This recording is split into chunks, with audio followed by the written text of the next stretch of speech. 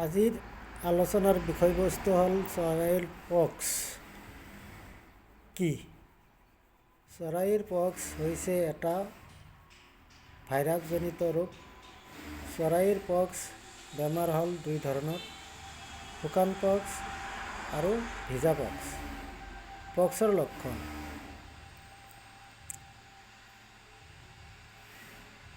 যিটো চৰাইৰ শ্বাস প্ৰশ্বাসত বাধা দিব পাৰে। ই সংক্ৰামিত চৰাইৰ দ্বাৰা সহজে বিয়পে, কিন্তু ভেকচিনৰ জৰিয়তে প্ৰতিৰোধ কৰিব পাৰি।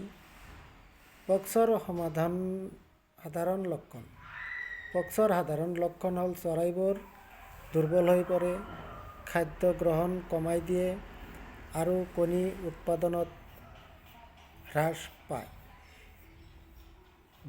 বিয়পাৰ ধৰণ: পক্স বিয়পাৰ ধৰণ হ'ল মহ আৰু অন্যান্য কামোৰা পোকৰ জৰিয়তে এই ভাইৰাছ এজনৰ পৰা আনজনলৈ বিয়পে, লগতে সংক্ৰামিত চৰাইৰ সংস্পৰ্শৰ দ্বাৰাও বিয়পিব পাৰে।